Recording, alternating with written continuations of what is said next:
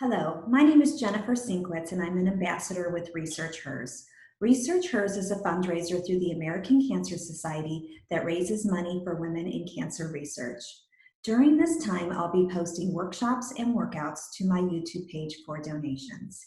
Here with me today is mindfulness expert, consultant, international speaker, and founder of Wake Up Kate, Kate Kerr. Kate, last week, first of all, thank you so much for being here today. Last week in our discussion, you shared how a cancer diagnosis led you to start practicing mindfulness. At that time, you quit your marketing job and started helping companies and people reduce their stress and live more fully and present using mindfulness. So thank you again for joining us. Before we start our conversation today, you're going to be leading us in a short exercise. Is that right? Absolutely. So just to give us a little bit of help us collect ourselves into the present moment, and then as we do the session today, just to kind of come back to this short grounding practice at the beginning, and then we'll do another one at the end around our theme today. So, all right. So if everyone is just sitting comfortably and just checking in with themselves in this moment, and again, you're welcome to close your eyes. You're welcome to leave your eyes open and just slightly lower your gaze, whatever's more comfortable. And really, mindfulness, of course, is about checking in as many moments as we can in our day and becoming aware of if we're standing comfortably, or in this case, sitting comfortably, and getting a sense of our seat in our chair. Getting a sense of our feet on the ground, reconnecting with this present moment through our body, feeling the soles of our feet, in fact, connect with the ground, or some pressure in our toes and inside our shoes, any warmth or coolness or tingling. Getting a sense of our hands on our laps.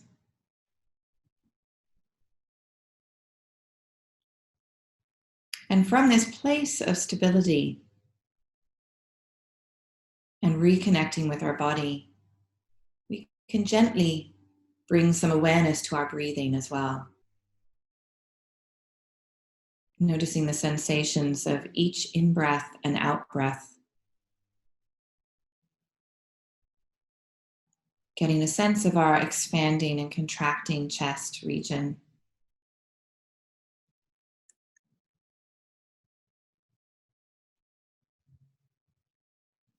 And as best as we can, releasing tensions in every out-breath, softening in our jaw, our shoulders, our belly, and yet maintaining a dignified way of sitting.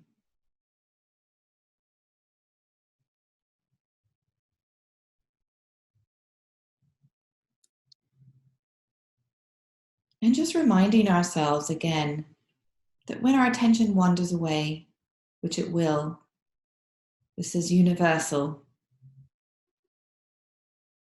It's how our minds work.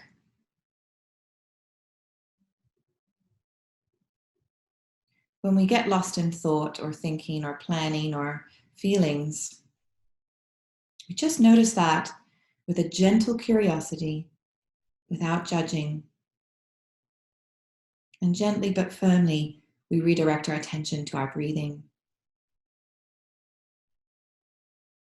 and our body.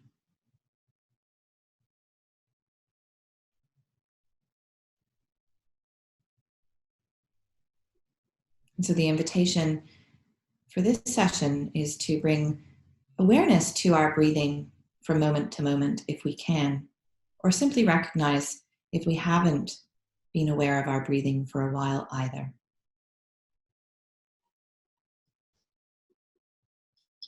And if your eyes were closed, you're welcome to open them right now.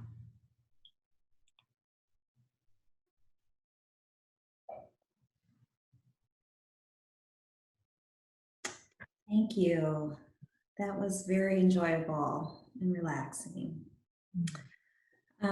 Kate, when we spoke the first time, one thing you said has really, really impacted me and has changed my way of thinking about when I was diagnosed with cancer. But you said cancer is a gift wrapped in barbed wire. We talked a little bit about that last week. And when you first said that, I was like, no, it's not. It's been a curse. It's the biggest curse. But you really took your experience, that very scary experience, and you turned something really scary into something very positive, and you looked at it with curiosity. So how did you do? I'm sure your mindfulness training led you down that path to be able to really put that fear aside.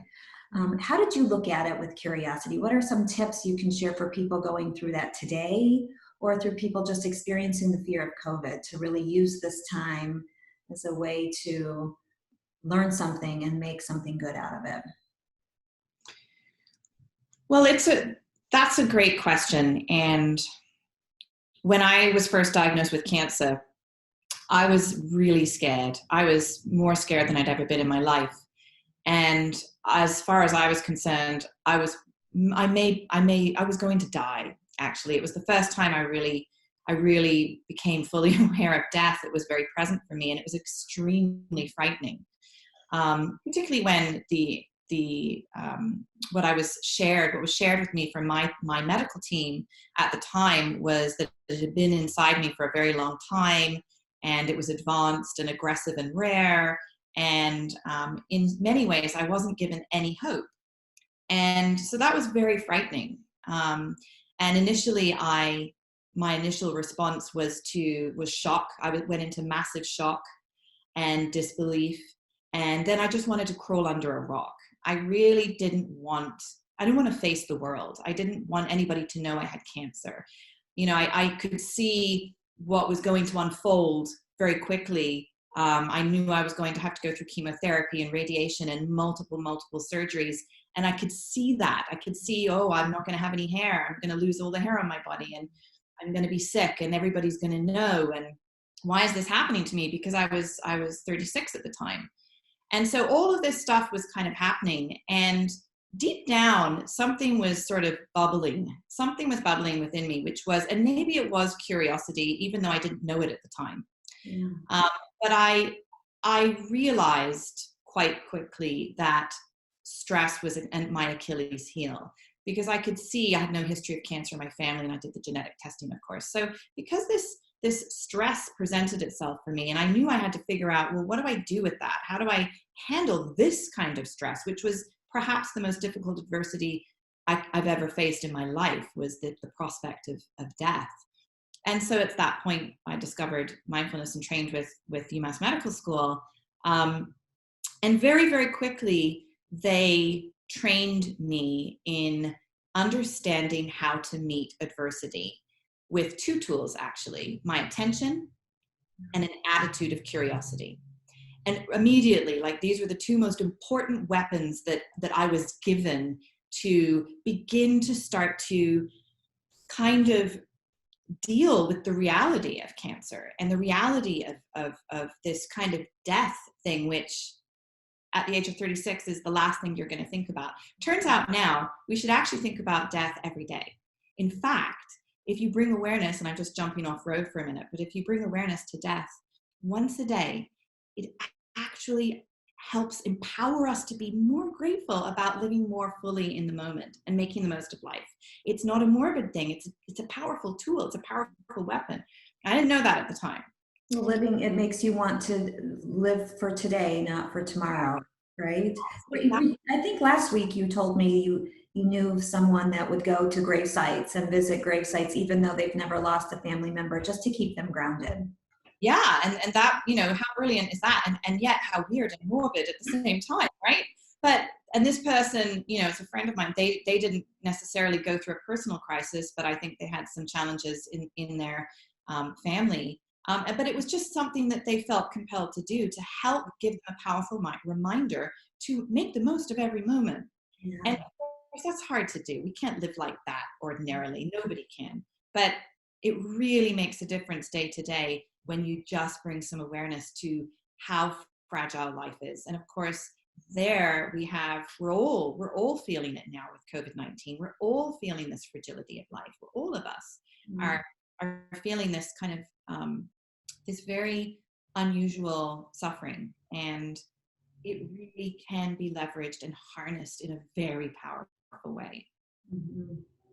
Yeah, I think you mentioned this earlier maybe, but just changing your mindset, right? Thinking about things a little bit differently helps with that too, right? Instead of thinking Yes. it's doomsday, maybe thinking, okay, what can I do to turn this lemon into some lemon cake or Right. lemonade? Exactly, right. And so when I learned about these two tools, attention and curiosity, I began to practice with them with my with my cancer at the time. And so this was very difficult because I didn't want to turn towards cancer. I didn't want to intentionally think about it. I actually, it was the last thing I wanted to think about. I wanted to get away from it. It wasn't something that I wanted in my life. But the training empowered me to gently turn towards my cancer, if this is my cancer here, and sort of look at it, right? Sort of look at this adversity objectively. And it was very frightening to do, to actually process the reality of it. And so what happened was, when I started to get just a little bit curious, just bring a tiny bit of curiosity, and not just any curiosity, but childlike curiosity. Remembering back to when we were 2 or 3, when every single thing we saw in life was for the first time. That's what we call a beginner's mind. It's looking at the world with a fresh pair of eyes, which we all experience when we're first born. But as we get older, that sort of washes away, right? As life kind of envelops us, and as we learn a lot of stuff, that learning can actually be a double-edged sword, because it takes away our ability to look at the world with a fresh pair of eyes. And so we no longer see an ant on the ground as interesting. It's just an ant that should be stamped out. But actually, it is interesting to watch ants. You know, when you see their formation and what they do and how resilient they are, right? But coming back to bringing curiosity to adversity, what happened was I would practice a couple of times a day, bringing adversity, and in this case it was cancer, into my awareness, feeling that in my body, feeling how that felt in my body, you know, the sort of knots in my stomach, and it felt uncomfortable. Being aware of the worry, the feelings of uncertainty, and frightened, and feeling frightened, and then bringing some curiosity to it, and using words like, you know, interesting, and, you know, this is this, how do I get a little bit more curious about this thing that's happening in my life? And as I started to practice the same thing each day, there was an opening. I became more open and receptive to the truth of my reality, which is an adversity that I could never really fully get rid of.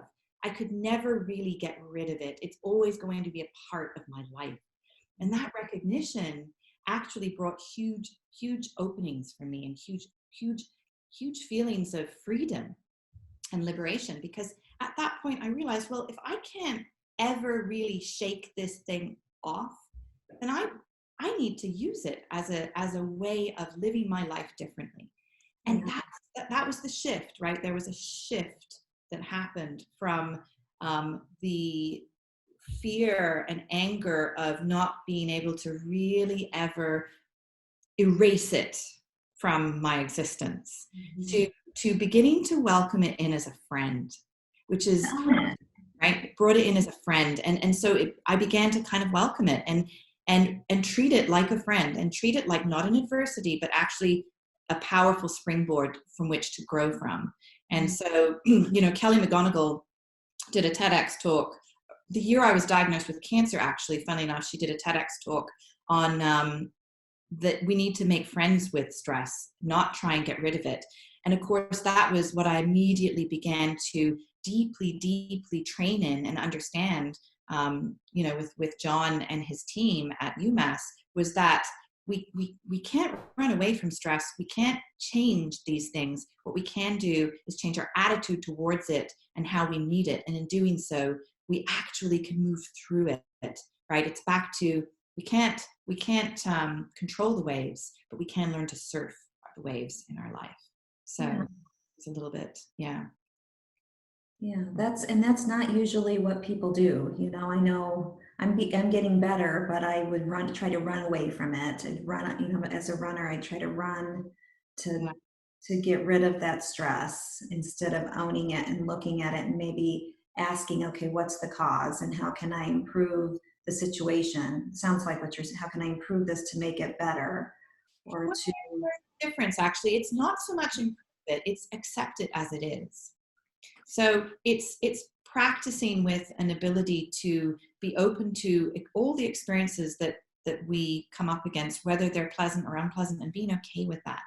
It creates a different flow and integration so that we aren't striving to try and yes, and in having this sort of um, attitude of curiosity and openness and being a little bit less judging, so more non-judging of the situation, it actually helps improve it without us trying to strive to improve it. That's actually mindfulness as well. So the mindfulness training and mindfulness itself is being okay with whatever's coming at us, whether we like it or not. And when we do that, the stress actually settles, the mind settles all on its own without us making it a goal to make it better. Because it can be very tiring to, and I fall into that same place all the time. I all the time want to make things better. And it's a practice to let go of that and be less controlling of that and to just be okay with whether things transpire or not. I'm the last person to say that I know how to do that. It's a it's a process to learn how to be that way, but your way sounds a lot more less stressful, actually, to just let it be there, but recognize it. yeah, right. It's much more about a practice of letting be than changing it in any way. Okay. It takes constant reminding and practice. And that's part of the beauty of coming back to the breath and just being in the present moment, because it's a beautiful way to let fear be in the background and to just focus in on each moment. That's another powerful way, of course, of doing it, is just bringing our attention to our breathing. But then when we match that with this attitude of curiosity, it's like a powerful cocktail. So Yeah. yeah, All yeah. right. Well, thank you for sharing all of that. Do you want to lead us into another exercise? Absolutely.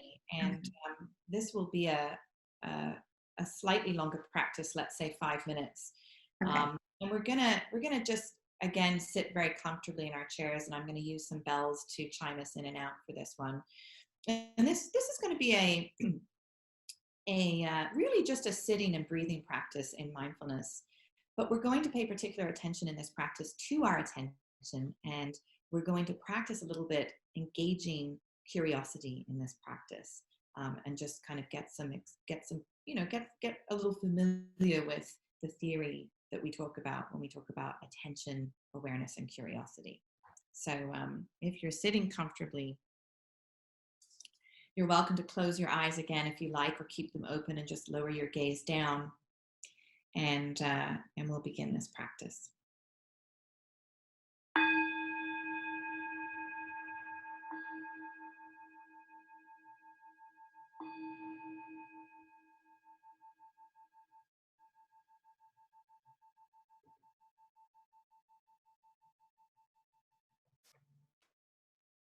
So just taking a moment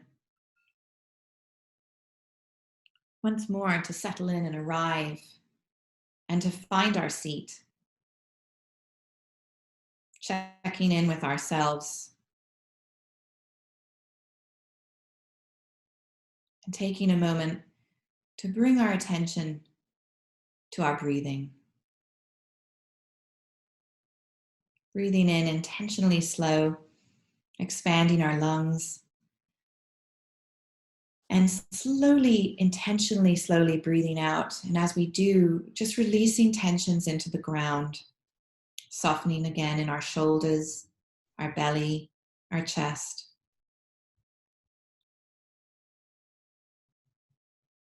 And just breathing normally now, however it is that we breathe, allowing our body to fall into its own natural breathing rhythm, bringing some gentle but firm attention to each in-breath and out-breath.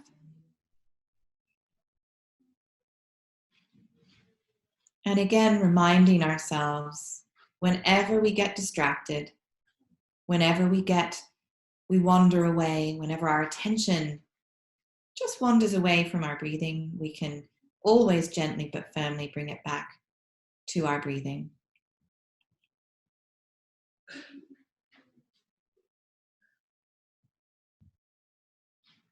And so that's the first principle of mindfulness, is honing and sharpening our focus and attention, using this tool as a powerful weapon.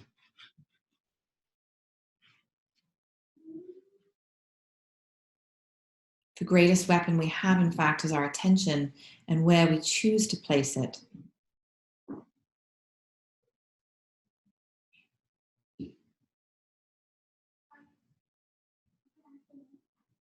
We can keep our attention on our breathing right now, or we can redirect our attention into our body. We can notice the pressure of our seat in our chair or our feet on the ground. We can notice any sensations in our hands.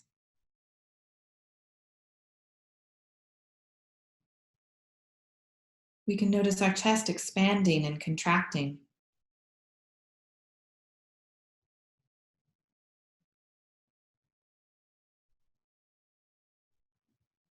We can pay attention to sounds around us.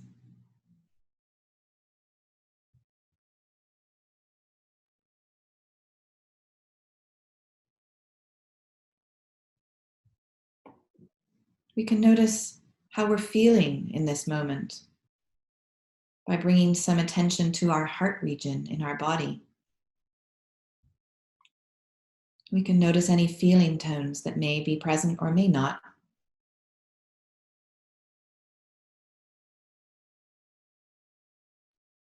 We can notice when we're feeling irritated and frustrated, and we can notice when we're feeling sad. We can notice when we're feeling happy.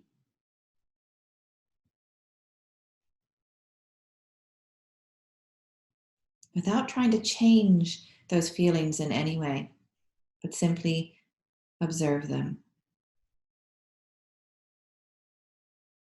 And it can be helpful, particularly when dealing with emotions and feelings,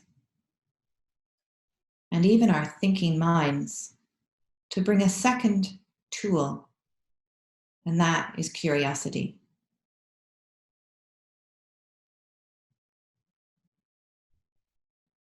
When we notice we're feeling irritation or anger, perhaps even from earlier today in whatever it was we were doing with our family or friends or colleagues, when we stop in that moment, hard as it is, and bring a little bit of curiosity to those feelings of frustration or irritation or happiness,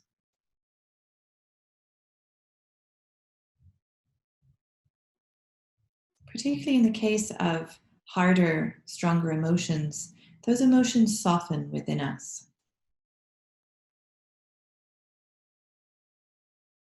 When we feel fear in our bodies and in our minds, and we bring curiosity, it helps soften the edges of that fear without trying to fix it or change it in any way, because we don't need to.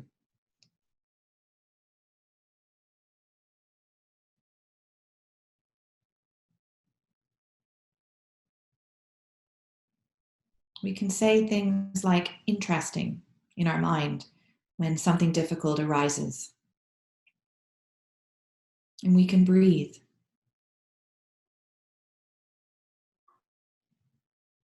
Bringing just full attention to each in-breath and out-breath.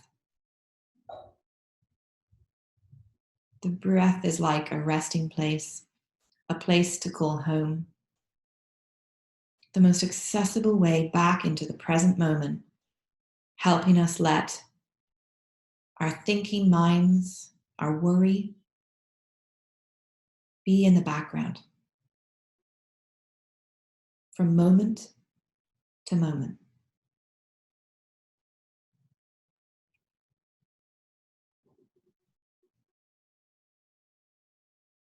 And in getting more curious,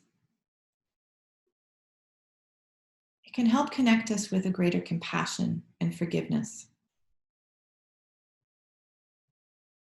We soften on ourselves a little bit more and go easier on ourselves and those around us.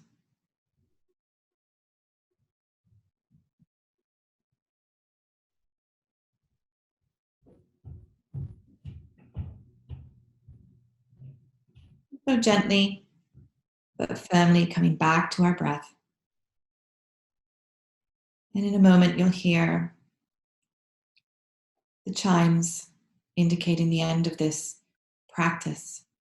And the invitation will be to just allow it to spill over into the rest of your day, bringing a little awareness to your breathing, paying attention to things that are in the present moment, and meeting your emotions and your thoughts with a little kindness and curiosity.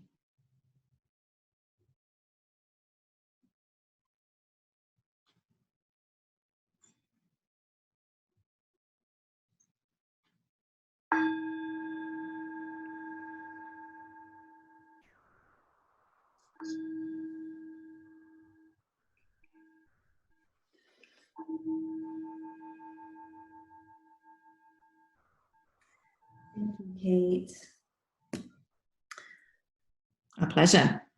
You have made my Memorial Day weekend start off really well by Oh, exercises. So thank you for reminding me and everyone else that watches this to really take care of yourself and mm, it's okay to feel the stress sometimes. Just to remember that it's okay to feel that. It doesn't have to be buried. absolutely. And it's okay to forgive.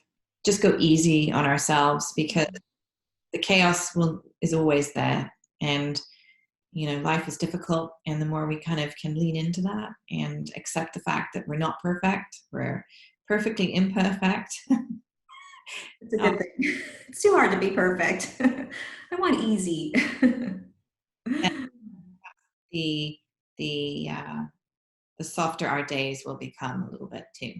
So Well, thank you for being here today, and I look forward to next time. absolutely, and have a wonderful Memorial weekend You to too. you. Yeah, thanks so much, Jennifer. See you soon.